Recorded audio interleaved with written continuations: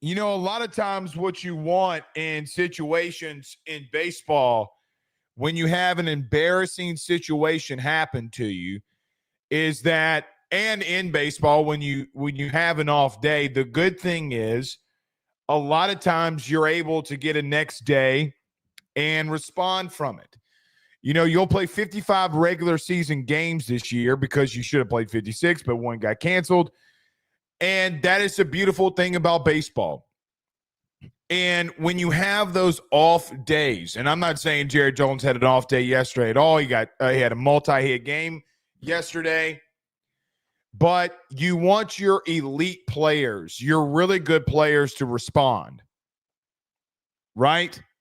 You want the guys that when you need them to show the team leadership by example, that they do it and that they show it.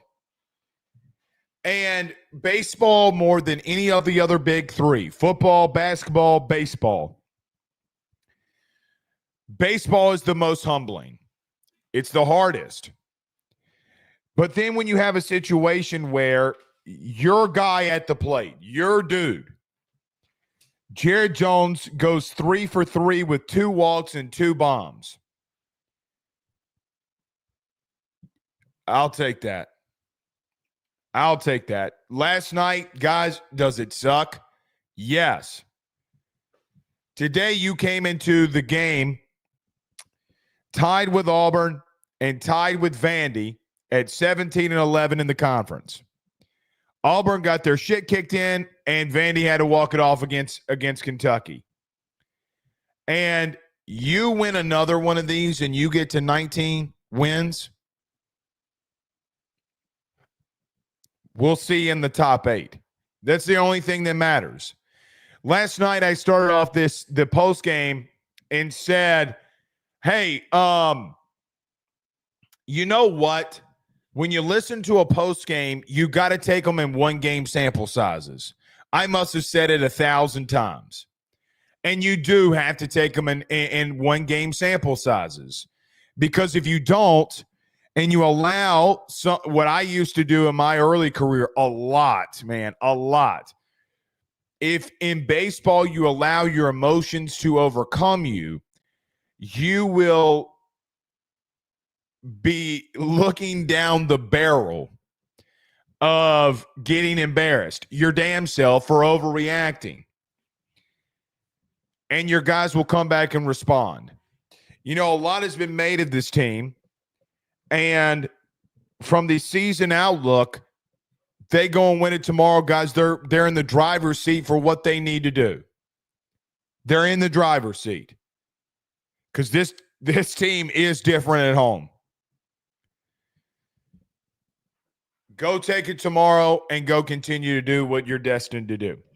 Nevertheless, we're live. Everybody do us a favor. Hit the like and share. If you're on Facebook, share to all those groups and all those social media pages. You're watching us, listening to us on YouTube. Like, subscribe, notification bell, wherever you listen to podcasts. Rate, review, and subscribe. I do apologize. I don't feel bad. Sinuses are after your boy right now. So I do apologize for the nasal congestion here. It sucks.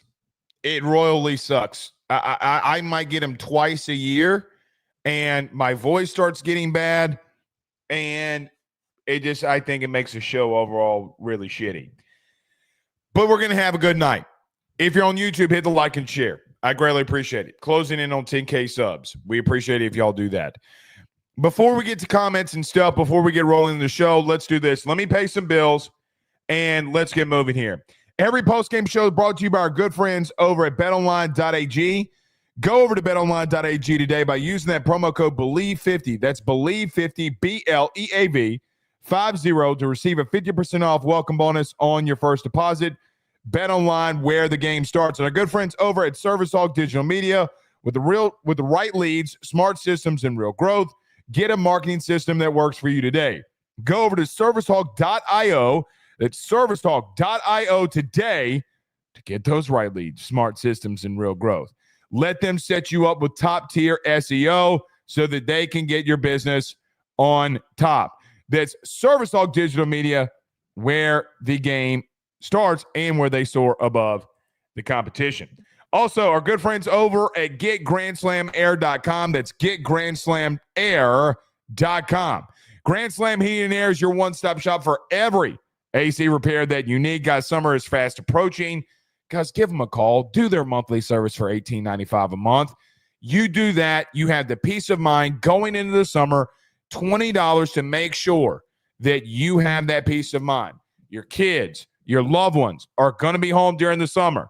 You don't want to have a situation where that AC breaks and you're not ready and prepared. By the way, you might want to get that AC ready to go. Hurricane season's around the corner too. GetGrandSlamAir.com. That's GetGrandSlamAir.com. Today, let them know that your good buddy Blake sent you on by. Let's get to the super chat here. We got a couple of them. Or we got one. Frank Castle says, how about Grant Fontenot stringing together 3 solid appearances? You know, that's interesting. I would be interested to see Grant Fontenot again. And then you had asked the question, where in the world has Grant Fontenot been? And then we'll have to have the discussion that I know that Jay probably wanted to keep a little bit secret. Not bad. Like, injuries, prolonged things happen. Nevertheless, yeah, I wouldn't mind seeing him. I would not mind seeing him again. He had a really crisp 1, 2, 3 inning there at the end. Jacob Myers was also warming up as well. So, yeah, Frank, I agree. I would like to see him a little bit more. The thing is, you're kind of at the end of the season, and now based off of you going tomorrow, do you give him another appearance tomorrow? Maybe. I mean, he only threw an inning. I mean, my whole thing would be here with Fontenot would be, man, it's a hell of a time to test something out at the end of the season. But you're going to need everybody in that bullpen. And if Fontenot can't, and guys, he's throwing 96. I mean, we know for a fact he was at Tennessee that he came in clocking in 96, 97. Guys, if he can throw strikes, he can throw strikes. So we'll definitely see on that one for sure. But I wouldn't mind seeing Fontenot. That is for damn sure. Yes, where's everybody watching from tonight? Bryant Wesley says in the 870, the Jasper, Arkansas area. Go Tigers, 1 more to go. Yes, 1 more, and you're going to win this thing. And more than win it, you're going to be a top 8 seed locked down. P-Dub says Bears struggled all conference play, but it's hitting against weaker competition. Is this something to consider? Here's the thing, P-Dub, about your statement there. Against Alabama, he had the RBI double to win you that game. He had a home run to walk it off against Tennessee. Last week, if I'm not mistaken, I'd have to go back and look. He did not have a bad week last week either. I mean, he kind of struggled in some situations, but not a lot. I mean, you can say the same thing about Aloy. You know, Aloy, who leads the conference in home runs, he had 3 of them, if I'm not mistaken, against Missouri. So, I mean, like, look, man, you played, let's see, the last 5, before this one, the last 5 conference, because I don't know if Mississippi State doesn't make it in. I don't know what they've done. I mean, they were kind of sitting and hovering there. I mean, you faced Bama, you faced Tennessee, you faced Arkansas, you beat them. I mean, he's come up with some clutch hits in those situations. I don't think that we can say that he hasn't, because he has. Joshua Fitzhugh says, go Tigers from Memphis, Tennessee. Good to have you in here with us. Elwin says, I know you're talking baseball, but Lady Tigers' backs are against the wall. We are, Elwin. That is what we're talking about. Inside the Huddle says, line up. Looks like a We got a Lion fan off in here. Good for them. Good for them. They got a big win today. We'll talk about that at the end. Jay says thoughts on LSU softball. All right. Well, everybody wants them. We'll get to them in the end. We'll get to them in the end. All right, let's get to the game here. So, game 2, LSU comes out of the gate, and I'm sure a lot of people were wondering how this game was going to go because of what happened last night. And quite frankly, you've just been not that great on the road. Top of the first, Derek Curiel flew out to the third baseman. Jarek Jones walked his first walk of the night. He would have 2. Danny Dickinson ground ball single into the 4-hole on a full count. Ethan Fry with a fielder's choice runner interference. Let me stop right here. I saw a lot of people getting on Danny Dickinson for having the runner's interference. Guys, I know because of the base running miscues of yesterday, that one, it's like, oh my God, this team. Guys, I got to be honest with you. I don't know if that's not a little bit of a, I don't want to say heads up play, but I don't know if that's not turned. Ethan Fry is running down first base. You're going to get doubled up there. Now, Hernandez came into the next at bat after the runner's interference and then hit a scorcher into center field at the warning track. You don't get a run there, but you don't want to get out of that inning and be in a situation where you hit into another ground ball double play like you did last night. If there's probably one thing Jay Johnson did stress into last night, it was definitely hitting into those multiple inning-ending double plays. And you don't want to have that happen. So I saw a lot of people freaking out. It wasn't the worst thing possible. Now, is it a snowball effect because of what happened last night? Sure. But here would be the thing for me, because I saw a lot of you talking about this during the game that you were pissed off about it. Guys, is this a series thing that happened, or is this a thing that's happened all year long? Now, I don't think from a base running standpoint you could say Josh Jordan, but some of those aggressive sins that he's had has paid off, and some of you have liked that. Now, I do feel that that's going to be a double play. I mean, the second baseman's right down there, is right there, and Ethan Fry's maybe borderline getting halfway up the first base line. I mean, guys, it's a double play. So to each its own, either you're going to complain that you got runners on first and third, or you're going to complain about the situation where you got runners on first and second where you hit into a double play, or you're going to be in a situation where you do get runners on first and third, and you have a situation to score a run there. I know a lot of you got pissed off by that. I saw a lot of you get pissed off by that. But, guys, it's a double play. It's a double play. So, look, be mad at that. I mean, I do feel as if in this game, for sure, like, the base running errors cost you a game last night, in my opinion. And then you start off an inning like that. It's kind of the, oh, my God, here we go again effect. Guys, they have not, per the actual player, have been bad. Now, has Josh Jordan sent them when they probably shouldn't have been sent? Sure. But I wouldn't say it's been bad. Guys, it's a double play. And I'm just not going to freak out by it. You know, Jay Johnson said he gave Danny Dickinson the number 14 for Pete Rose. I feel like that's some shit Pete Rose would pull. Act like I'm just running. Oh, it's going to hit me. And then it hits him. And so you don't ground into a double play. I'll be honest with you, it doesn't bother me. I would rather not be out of that inning. So you get to that place there, and I understand a lot of people's thought process when you get there because it's not a comfortable one. That's not the end of the world there. You still having it bad after that. Bottom of the first, Cade Anderson strikes out the leadoff guy in Jackson. He gives up an infield single through the 6-hole. Stephen Milam makes a ridiculous play, just doesn't have enough time to get it to Bear Jones, who did a split at first, but an insane stop by Stephen Milam nevertheless.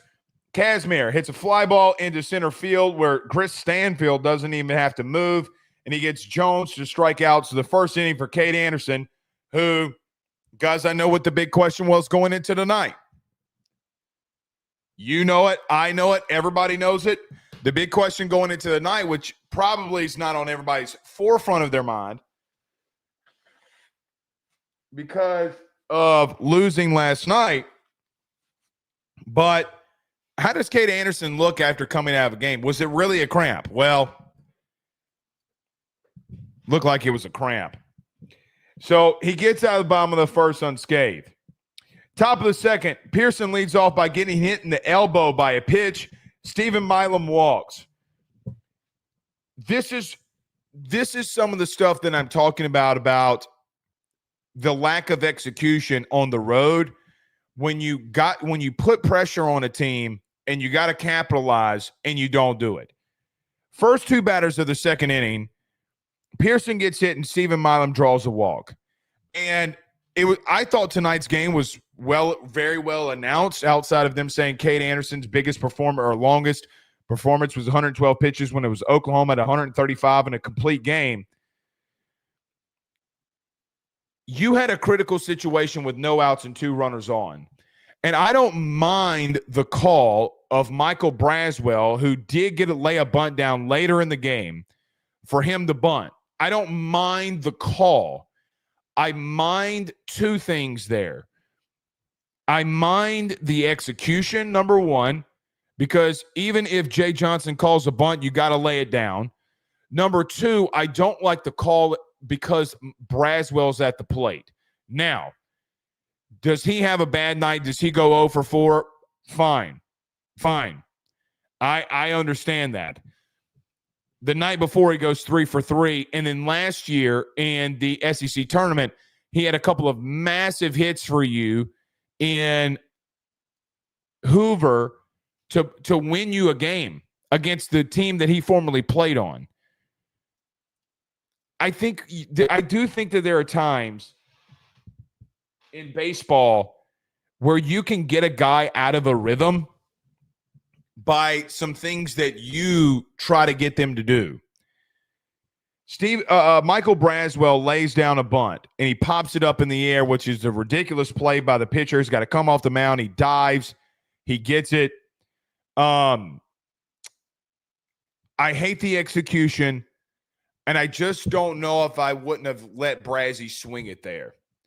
Because anytime that you got a guy that's on a heater, the last thing you want to do is take him off of it. I don't agree. I agree with the bunt call. If there's something to talk about here in the second inning, I agree with Jay's decision after last night to lay down a bunt. I don't agree doing it because Brazzy's at the plate. That would be my only pushback of the night from Jay. For Jay. If that's it, good on him. Just would have let a man swing there so that he could have continued to stay hot. But it backfires on you. Chris Stanfield, the next up, he hits a fly ball into center field that's caught. Derek Curiel with the runners on first and third because Pearson tagged on the fly out. On the first pitch with the runner on third, Derek Curiel hits a ground ball to second base, and you're out of the inning.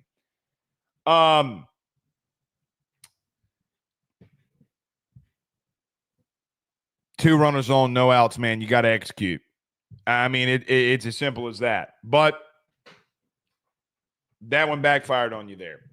Bottom of the second, Cade Anderson goes 1-2-3, gets his 3rd strikeout of the night to lead off the inning to carry on. Hollins has a line drive to third base, which Michael Braswell makes up for the bad bunt, where he lays out and makes a ridiculous play at third base on a line drive. Ball that was hit really hard, too. Stone hits a fly out into center field at the warning track at the wall. Was Chris Stanfield on the out, so Cade Anderson does go 1-2-3. Top of the third, so second time through the lineup. Look, man, it feels like with this team every single time, guys, you get second and third time through this lineup and you don't locate your pitches. This team, this LSU team,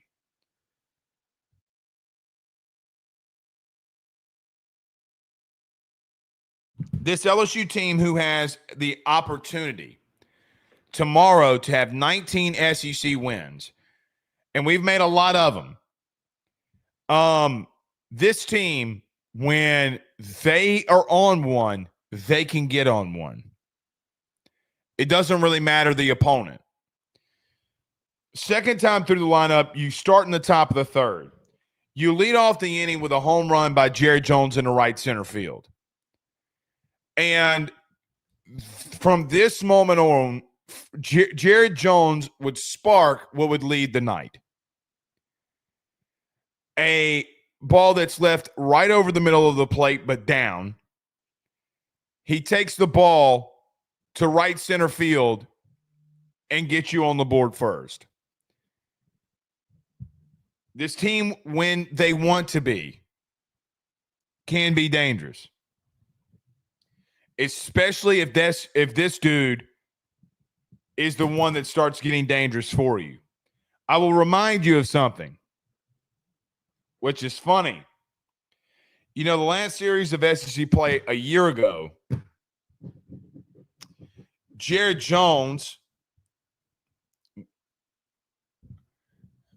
was around the same home run mark. He's a little bit lower this year. But you remember the regional and tournament that he had, SEC tournament. Last year, this is when the big fella really turned it up. Let's see if it happens again for him. And if it does, good luck. But he would lead off the hit parade. Jones, the home run in right center field. Danny Dickinson would walk. Ethan Fry would hit a 2-run home run into right field. Anything you can do, Big Bear, I can do better. And Ethan Fry has been absolutely scorching hot. Guys, you do have two very big bats in your lineup that if they get a hold of one and they square one up, it's not going to land. And Ethan Fry and Bear Jones did that for you. And you get those 3 runs there. That chunk of the order, that part of the order tonight responded and led you to what was the victory tonight. Guys, when you execute like that and a dude throwing 96, 97 from the left side, I mean, that the dude was bringing some gas. Now, was he located in bad spots? Yes, and it doesn't matter how hard you throw. If you're leaving shit out of the heart of the plate, it's going to get touched. And you made South Carolina pay for really bad pitching. You made them pay in the third inning. You made them pay for leading off Danny Dickinson and Ethan Fry coming up and demolishing a baseball. Good hitting, and the good thing is both of those big dudes saw the ball deep into the zone and took the ball the opposite way. They weren't trying to do too much, and the results were them leaving the yard. Perfect at-bats, man. Perfect. Absolutely perfect. Strong dudes letting the ball get into the zone, seeing it into the zone, and taking it the opposite way. Beautiful stuff. Absolutely beautiful stuff in the top of the third. Hernandez and Pearson both, after the home runs, would ground out to the second baseman, and Stephen Milam would hit a fly out into right field to end the third inning. But you do get a crooked number. 3 was scored in the third. Bottom of the third. Cade Anderson got touched a little bit. Scooby, the freshman third baseman, a line drive double in the left field, an RBI line drive single by Braylon, the freshman catcher, into center field. And as soon as you go up 3, South Carolina tries to cut that lead down a little bit by getting one right back in the 8 and 9 hole hitters. Jackson comes up and walks. So you got 2 runners on and no outs. Nate Yeske at this point made a mound visit to Cade Anderson. And from that point on, Cade Anderson would damn near be flawless. So he gives up 2 hits and a walk, and from that point on, he would get hauled in a fielder's choice. He'd get Casimir to fly out. He would get Jones to strike out. He'd go 1, 2, 3 in the bottom of the fourth. Carry-on would strike out. Hollins would line out, and a diving slide by Chris Stanfield, and Stone would fly out into left field. Bottom of the fifth, he'd go 1, 2, 3 again. Scooby, Braylon, Jackson, all down in order. 2 ground outs, one to himself and one to Stephen Milam, and a strikeout to Jackson. In the bottom of the 6th, he would get a fly out, and he should have gone 1, 2, 3 here, but he didn't. He gets a fly out, a ground out, and a strikeout, but the strikeout came on a wild pitch. Luis Hernandez set up inside, pitch outside. Kennedy Jones swung at it. Ball gets away, and he gets a strikeout. Carry on, line drive, single, right back up the middle. So 2 runners on. So you should have been out of the inning. Then you give up a hit. Wouldn't matter because Hollins would strike out on 4 pitches for Cade Anderson to get his 8th strikeout of the night. Guys, outside of the strikeout wild pitch, he went 1, 2, 3, 4, 5, 6, 7, 8, 9, 10, 11, 12. 12 straight at-bats where he got the out. Now, the wild pitch, you do count that in the 12. But, guys, after giving up the run, 13 of the next 14 batters that he would face would be out. And he'd go boom, boom, boom, boom, boom, boom, boom. If you had any worry about Cade Anderson, I think if you watched from when Hall came to the plate until Carry-On came up to the plate, you were like, oh, shit. Guys, he mowed them down. I mean, he just absolutely flatly mowed them down. And that was highly impressive by Cade Anderson. Good to have the guy back. And he's a top 10 pick. You're watching a dude on the mound that's going to be a top 10 pick in Cade Anderson. He is really good, man. He is special. He has been very special. Does he have an Achilles heel of leaving the ball out over the plate and giving up some solo bombs? Yep. But man, it happens. But I mean, guys, he's one of the best strikeout artists in the game. Guys, you could make the argument right now. You can make the argument right now that Cade Anderson might be a top 2 pitcher, not only in the SEC, but in the country. And Anthony Ionson's really been sitting him up and putting him up and sitting him down. I get that, but man, Cade Anderson's right there with him. So tomato on Anthony Ionson, Cade Anderson right now. But guys, Cade Anderson is dominating. He's dominating. And you can say, well, Blake, this is against South Carolina. Well, fuck, he did it against really good teams and teams that will be top 8 regional hosts. They will be top 8 seeds. And he mows them down. Nothing has changed from that.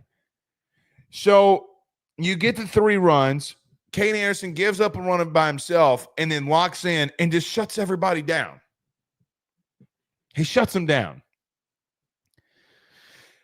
It's what he's been all year, man. I call him the accountant. He looks like an accountant to me. I call him the accountant. Dude can just absolutely ball, though. If he's an accountant, he's Ben Affleck of being the accountant as a lefty. Dude is special, man, and he's done some special things. All right, from the hitting side of that, let's go through the other 3 innings that we didn't touch on. Top of the 4th, Braswell would strike out. Chris Stanfield would walk, and Derek Curiel would hit into a 4-6-3 double play. Another double play. Listen, man, here's just the truth. Derek Curiel is not seeing left-handed pitching.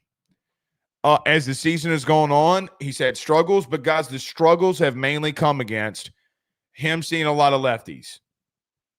If a team has a lefty, they're going to throw them at you. And Derek Curiel doesn't see him. I know you don't want to take him out of that leadoff spot, and he has deserved to be there. But I know that he's one of your best bat-to-ball guys. Not against left-handed pitching, he's not. Got to be honest, I would make the change. I would make the change in reference to if you see another lefty, you got to pull him out of that leadoff spot. There's no chance in hell that I am pulling him from a game ever, because he's just not seeing left-handed pitching. That is unfortunate for him. It is something he's going to have to work on in the offseason. But, guys, it is bad. It is very bad right now with him and lefties on the mound. You can't hit into a 4-6-3 double play. I understand it's an accomplishment of him getting the ball on the ground without him striking out. Guys, he's just not seeing it. He's just not seeing it. I know you want to keep him there because of him being on the top of the order. If a team goes in the bullpen and he's in front of Jones, he's in front of Dickinson, he's in front of Fry. I get that, but man, you have 3 at-bats right here where he just looks lost. He looks lost. He looks like a freshman.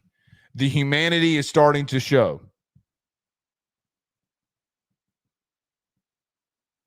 It's starting to show. So I would move him out of that leadoff spot when you're facing lefties and a lefty starting and see what happens. See what happens.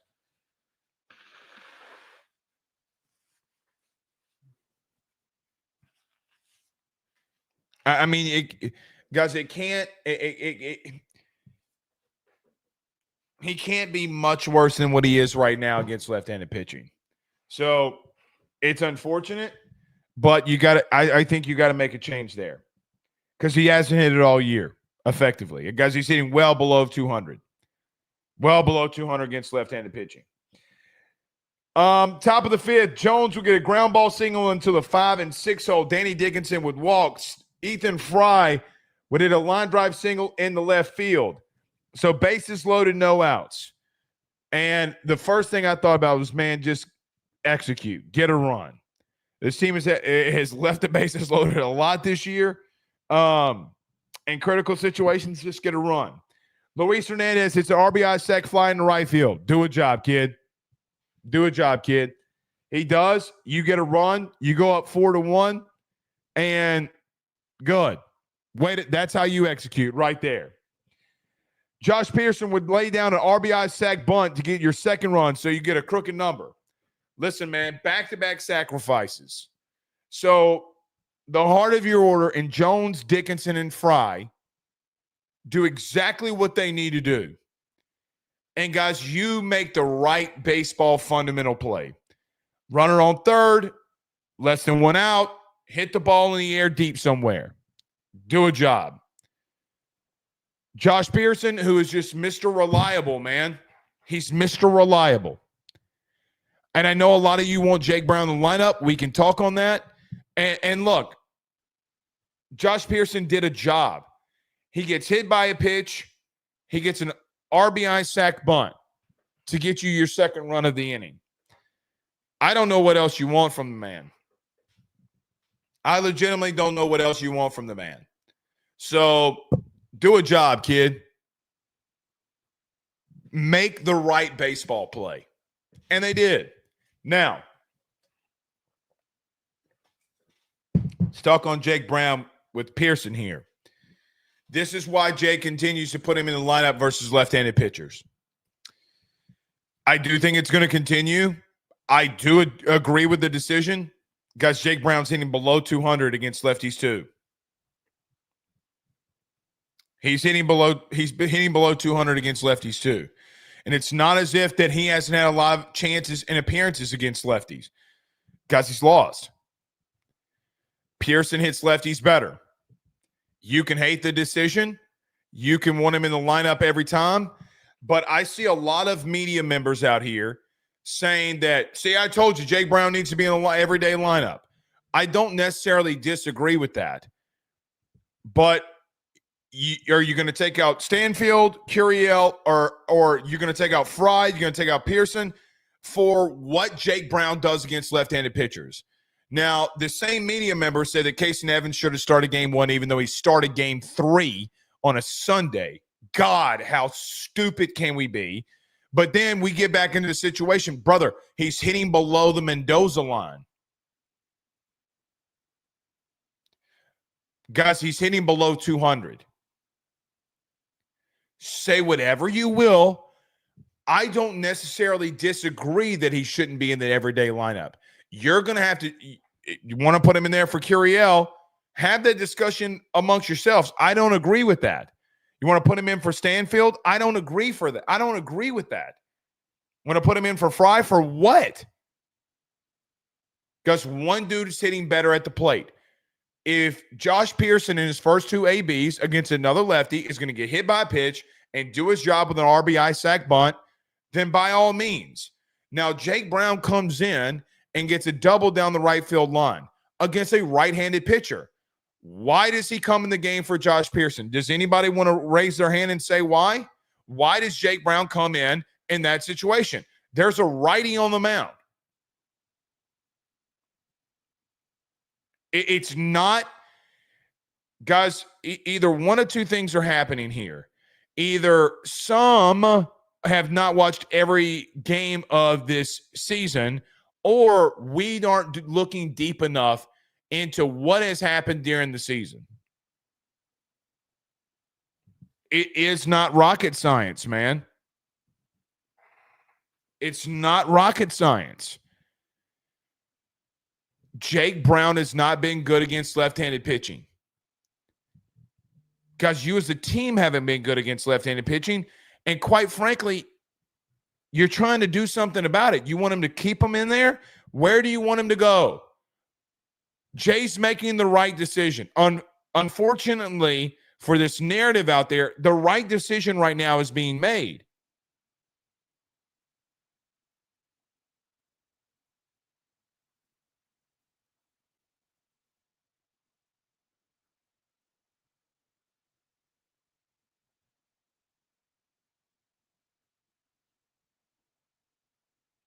So I bring it up here with Pearson in the RBI sac bunt situation because I do see this narrative out there. I don't disagree with the Brown take, but you're gonna have to justify it, and right now you can't justify it. Guys, I'll go toe to toe with anybody on that take. Anybody. I don't mean what I'm about to say in the wrong way. You don't know more than Jay. We don't. And it's difficult for a guy like me to say that who's an opinion guy. Guys, when we come out here and do these post games or these shows, I'm an opinion guy. I have opinions. There's logic. Pure logic tells you that the right move is being made here. So I don't understand it. Well, let me back up. I understand wanting Brown in the lineup after what happened last weekend, right-handed pitcher. I understand that. He struck out because Dave Van Horn in that same Saturday game went to the bullpen and went to a lefty. Guys, we talk about analytics and the shift all the time. It never works. Guys, the reason they do it is because we put an asterisk next to the time it doesn't work, and we never put a check mark next to the times that it does. Now, the shift is a whole completely different thing. Those tend to not work as much. But when you talk about percentages and averages of what a guy hits against left-handed pitching, guys, you have a pretty massive sample size. If he's got 45 at-bats against left-handed pitching and he's hitting below 200, that's a large enough sample size to say, well, hey, there's a guy hitting 75 points better than him, no matter if he's a righty or a lefty, against left-handed pitching. It's not rocket science. I will go toe-to-toe with anybody on that take. It's getting out of hand because it's just yet another media baseball narrative that is fucking stupid. Sometimes we expose ourselves to not understanding the game of baseball. Josh Pearson is a massive part of your lineup. He is a massive part of your team. And quite frankly, he's the reason you get a second run there. The law of average of him bunting and getting the run in is higher than what Jake Brown is hitting against lefties. Sorry to burst your bubble, but it's true. It's true. I am always flabbergasted every time. And I need to just fucking move on because and not be flabbergasted, but I am flabbergasted at some of the things that we decide to make and push a narrative on.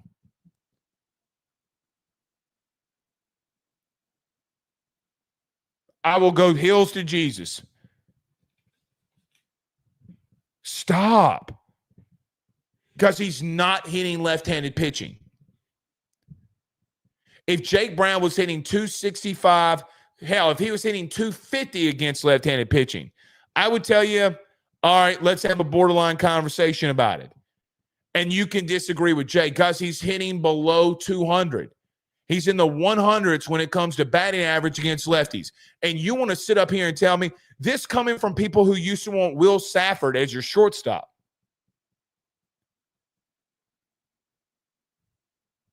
Guys, it is so insane to me. National champions, go look and see what every one of them had. They had a dude who was not the most talented on their team that always came up in the clutch and did exactly what you needed him to do. You had it when you won a title. The good thing is you had three of them sons of bitches. Jobert, Beloso, Dugas. And I would throw Riley Cooper in there, but I don't know if you guys have seen Riley Cooper lately.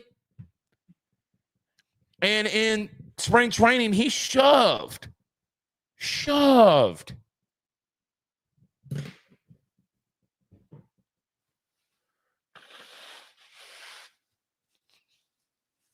Absolutely shoved. So we take the time to talk about that because I thought it was critical. So you get 2 RBIs and 2 runs on sacrifices, 1 in the air and 1 on the ground. And Stephen Milam would ground out to the third baseman, and you're out of the top of the 5th inning. Top of the 6th, because we've already talked about Cade Anderson. We'll wrap up with Cade in just a moment. Braswell, ground ball into the shortstop. You have a walk by Stanfield. Stanfield had a pair of walks tonight. He looked really good. And a stolen base. Derek Carriel, another K. This one looking. That's not on him. That pitch was inside. He struck out. It is close enough to swing, though. Just not a good night. Jones would walk, and Danny Dickinson would hit a weak fly ball into right field, and you're out of the inning. So you don't play to run there, even though you got more base runners. Bottom of the 6th. Oh, we talked about the bottom of the 6th already. Top of the 7th. Ethan Fry strikes out. Luis Hernandez hits a fly ball to the third baseman. You get a line drive single. Guess by who?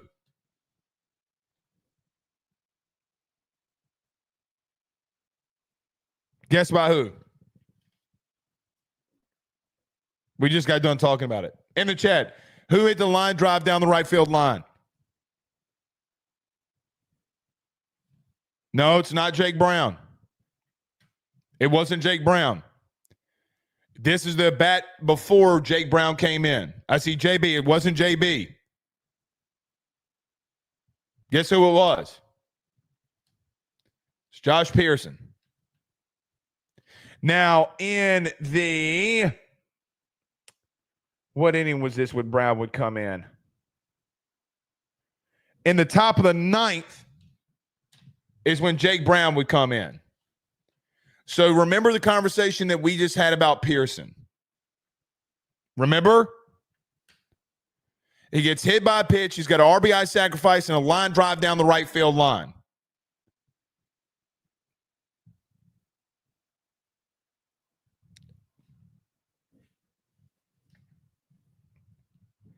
But he does do that in the top of the 7th.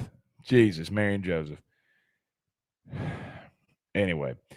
But Stephen Milam grounds out to the third baseman. Becker comes in. Another lefty comes in and gets Stephen Milam to hit into the ground ball to third base. You're out of the 7th. You're out of the top of the 7th. Bottom of the 7th, Anderson's working quickly with the first 2 batters. He gets a ground ball to himself from Stone. Scooby gets a strikeout, which would be the last strikeout of the night for Cade Anderson. Only needed one more to get to double digits yet again, but tonight he had 9. Braylon would walk, and you get the pitch count situation here, and you're wondering what Jay Johnson is going to do. He leaves him in for Jones to let him get out of the inning and get through 7. But he walks Jackson, the leadoff guy, the lefty. And I was wondering at that exact moment, like, hey man, you're up a couple of runs here. Are you gonna go to Casey Evans? Because if you go to Casey Evans here in the 6th, then you start getting more runs, you might blow him for the weekend.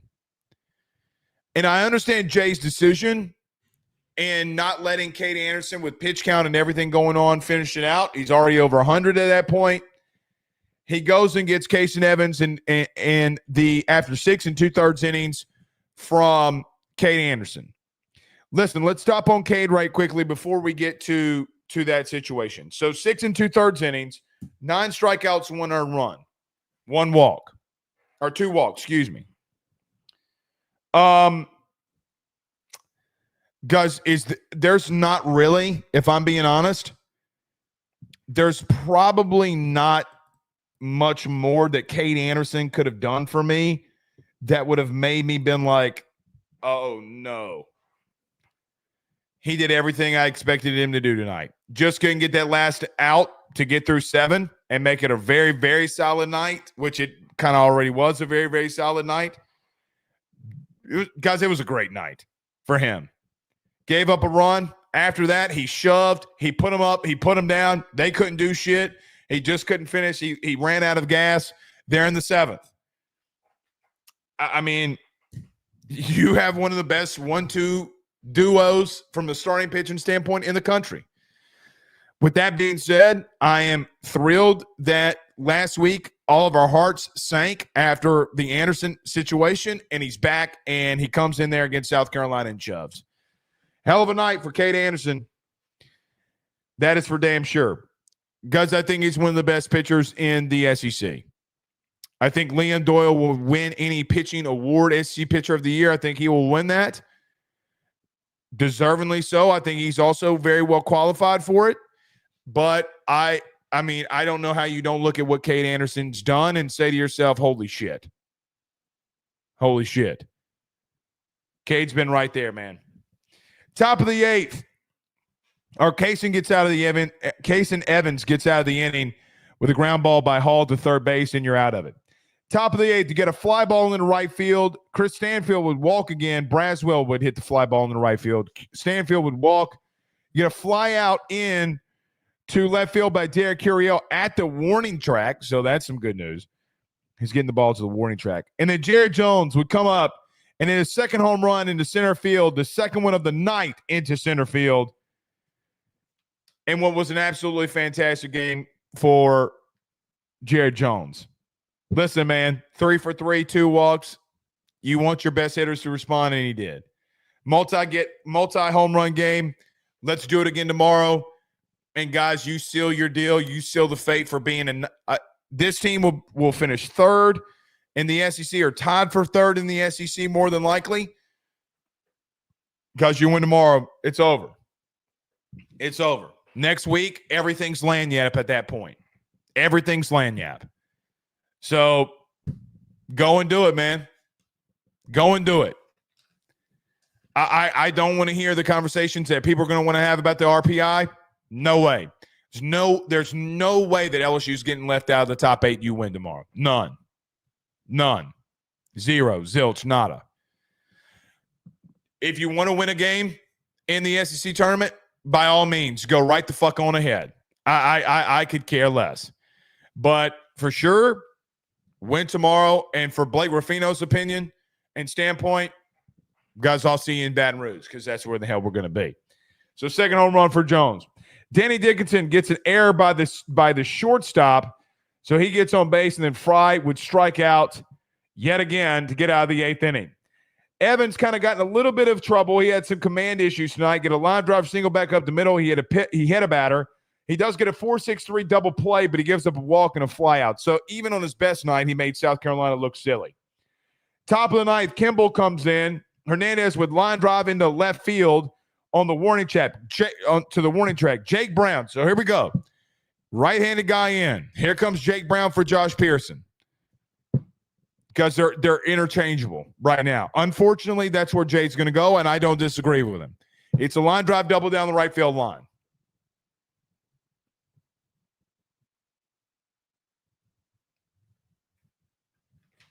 Good. Let the competition continue to breed. Milam would walk. You get a sac bunt RBI by Michael Braswell down the first base line to get you another run, and it sealed it. And then Ashton Larson would hit a ground ball to the first baseman to get it out of the inning. And Fontenot would go 1-2-3 with 2 ground outs to the shortstop and a strikeout. I wouldn't mind seeing Fontenot again. The question just becomes, when and how do you utilize him? When and how do you utilize him? Because. All right, let's get to a couple of comments. Joy says, I think both of things are true. Both of the things are true. About Pearson and Brown. Carver says, who would you take out, Blake? Nobody. I'm not taking anybody out for Jake Brown against a left-handed pitcher. Nobody. Who? I sound like a fucking owl. Who? Nobody. I think, Carvis, I 1,000% believe that you can't do it right now. I mean, nothing that what did Josh Pearson do to get out of the lineup tonight? Nothing.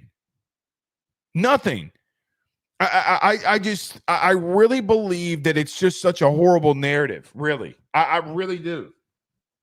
You want to take a senior out for a guy that's hitting below 200 against left-handed pitching, go, by all means, go right on ahead. You're an idiot, but go right on ahead. That's why you will never coach a baseball game in your life. I mean, it's just like, man, what are we doing? Cheddar Goblin says, I like how we mix our offensive approach. Steady trickle of runs coming in. Timely hitting was nice, too. For sure, Cheddar. For sure. And look, you implemented some small ball into it, but tonight's win is only for one reason. I got a new notepad. I'm like Coach Klein. I got a new notepad. That was the reason. I after last night's game, I still had a couple of pages in the old one, and I'm just like, you know what? Let's turn the page. Metaphorically. Let's turn the page.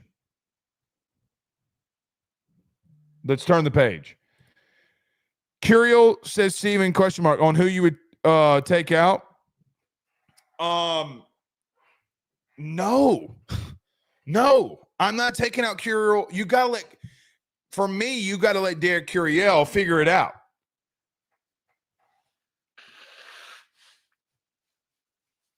You got to let him figure it out. He's too special. He's too special of a player. You got to let him figure it out. I'm just not letting him lead off. I'm not taking out Chris Stanfield. I think it's the right approach. Because all 3 of the guys that started tonight in the outfield are better against left-handed pitchers than Jake Brown. And I love Jake Brown. It's not a slight at Jake Brown. Against right-handed pitchers, you know where I'm going. Where am I going? Say it in the chat with me. Where am I going? Where are we going? Righty starts tomorrow. The outfield should be, and what I would do would be Curiel, Stanfield, and guess who? Jake Brown. But, I mean, if you wanted to pull somebody, if you absolutely wanted to pull somebody, for me, I mean, pull them for what? Like, that's the thing that drives me insane.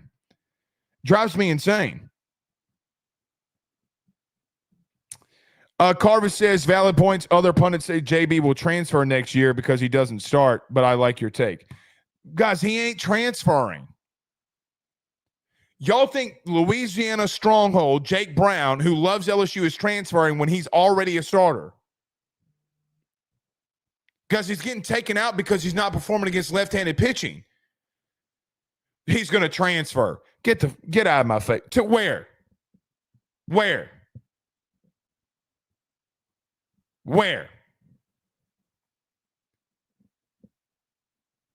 You know what? That same pundit, y'all go ask Jake Brown if he's going to transfer. Y'all go right on it. Where? He'd be an idiot. Transfer to LSU from where? Tennessee? Because it's not. Newsflash to Jake Brown or anybody pundit that thinks that. If you think any other coach in the country is not going to take him out against left-handed pitching, you're an idiot. You're a stone cold idiot. You're a stone cold idiot. I'm sorry. Put Dickinson as leadoff against lefties and move Curiel down. I don't mind that at all. I don't care what your lineup is. I'm just not leading off Curiel. I'm just not leading them off. Spectrum agrees with you. Randy Jones says JB was born to play at LSU, without a doubt. Without a doubt. I'm not. Y'all miss me with that. Randy also says JB loves it. LSU. He's a team leader, one of the funniest, most popular players on the team. Yeah, he ain't leaving. He ain't leaving. Randy said Blake literally turned the page. I did. Mr. Coach Klein, says P-Dub. Yeah, I got a new notepad. And it's purple, too, like Coach Klein's. His was purple, too. Y'all remember? You can ring my bell, ring my bell. That's a song that was being sung when he goes see what the other coach. You can ring my bell, ring my bell. Y'all think I should draw some plays up in this notepad? Give it over to Joe Salone. What do y'all think? Oh, God. We got to get that run game going. Listen, before we get out of here, because we'll be back for a post game tomorrow. I'll get to this first. BW says Milam batting has went downhill. I would call it hitting, but tomato. Yeah, he's had a rough season. He's had a sophomore slump. He's got to figure it out too. Because if he figures it out, then you're a dangerous team. But right now, he's going through it. He's going through it right now. So we'll see. All right. We'll see y'all tomorrow, man. Y'all have a great and blessed night. I'm going to go watch me some more baseball here. Until tomorrow, we'll see y'all soon. Y'all have a good one. Peace.